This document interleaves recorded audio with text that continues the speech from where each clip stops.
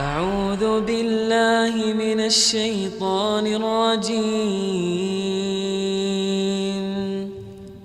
بسم الله الرحمن الرحيم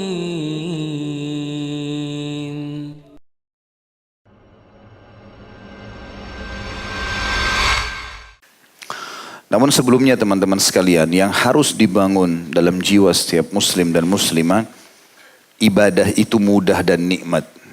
Itu kasus, itu pondasinya. Sehingga tidak ada kejenuhan, tidak ada merasa malas, tidak ada merasa berat dengan ibadah. Yang biasa membuat kita jadi berat melakukan sebuah ibadah itu karena kita sudah membangun pondasinya, kayaknya berat nih puasa. Sebulan gak makan dan minum. Lalu kita terbawa dengan arus bisikan syaitan itu. Padahal tidak makan, tidak minum hanya dari pagi sampai maghrib saja. Dari maghrib sampai subuh makan sampai capek. Artinya bukan semuanya tidak boleh makan dan minum.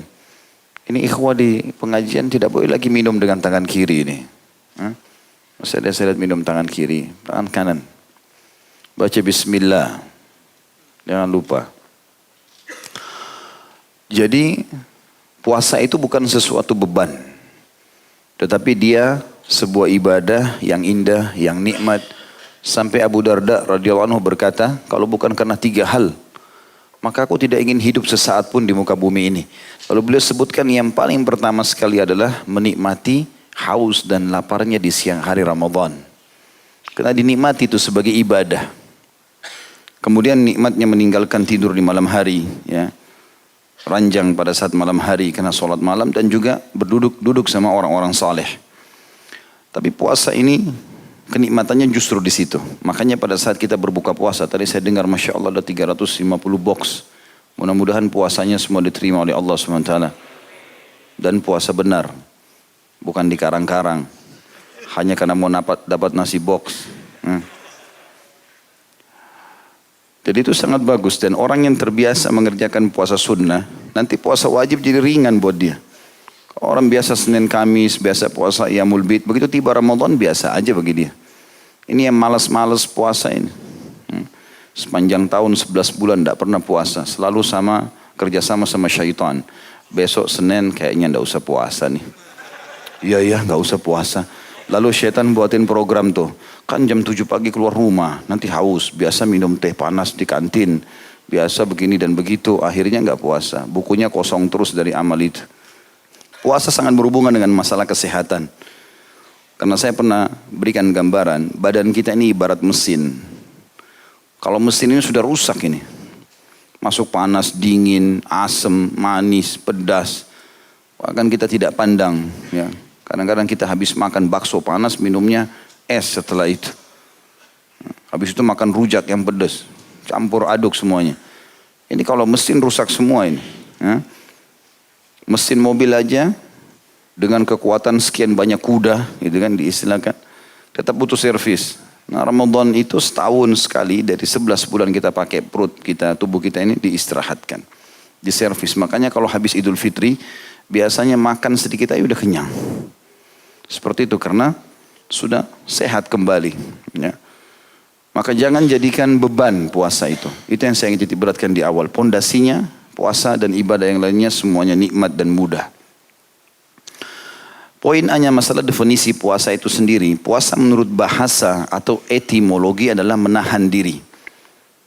Sedangkan menurut syariat atau terminologinya adalah puasa menahan diri dari makanan, minuman, hubungan suami istri, dan semua perkara yang membatalkan puasa mulai dari terbitnya fajar sampai dengan terbenamnya matahari dengan niat ibadah. Kalau kita mulai dari akhir definisi dengan niat ibadah maksudnya tidak ada urusannya sama manusia. Bukan puasa karena tidak enak sama atasan, tidak enak sama pasangan, tidak enak sama kerabat, tidak enak sama lingkungan, enggak ada. Ada manusia ini semua atau kita sendirian hidup di muka bumi ini, mereka tidak ada, tetap aja saya puasa. Ada orang semua ini atau tidak ada, tetap aja saya sholat. Ada manusia sebenarnya tidak ada, tetap aja saya zakat. Tetap aja saya melakukan ibadah. Pokoknya selama itu perintah Allah, walaupun saya sendiri saya kerjakan. Jadi gak ada hubungannya sama manusia. Rugi sekali kalau hanya karena manusia. Kemudian juga di sini memang menahan diri dari makanan dan minuman serta hubungan suami istri. Yang dimaksud adalah hubungan biologis. Tapi kalau selama itu hanya cumbuan saja dibolehkan. Karena membatalkan puasa itu justru klimaksnya, ya. Itu yang hampir disepakati oleh semua jumhur ulama. Tapi tentu orang lebih baik menghindar. Apalagi yang muda-muda ini. Ya. Dan jangan pernah menikah di akhir Sya'ban. 2 hari lagi mau Ramadan, kirim undangan. Batal lah puasanya semua. Bulan nikah itu bulan Syawal. Makanya Aisyah mengatakan dari anha, Nabi SAW menikahi aku di bulan Syawal. Bahkan umumnya ummahatil mu'minin di bulan Syawal. Sampai diistilahkan Syawal adalah bulan pernikahan. Setelah Idul Fitri. Jadi antum ada spare 11 bulan. Gitu kan? Bisa bersama-sama sama istri. Baik, selanjutnya di situ ada batasan terbitnya fajar sampai terbenam matahari. Sunnahnya kita menerlambatkan sahur sampai menjelang terbit fajar, maksudnya waktu subuh. Ya, karena Nabi SAW memerintahkan kalau azan yang kedua dari azan yang di zaman Nabi SAW dari Ibnu Maktum dan Bilal, barulah berhenti makan dan minum. Dan juga ada sabda Nabi SAW, kalau di tangan seseorang di antara kalian ada hajat makan dan minum dan dia mendengarkan azan, maka dia selesaikanlah hajatnya.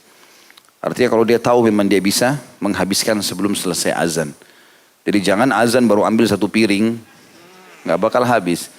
Tapi orang kalau lagi mau minum obat, tehnya tinggal sedikit, dia mau habisin nggak ada masalah.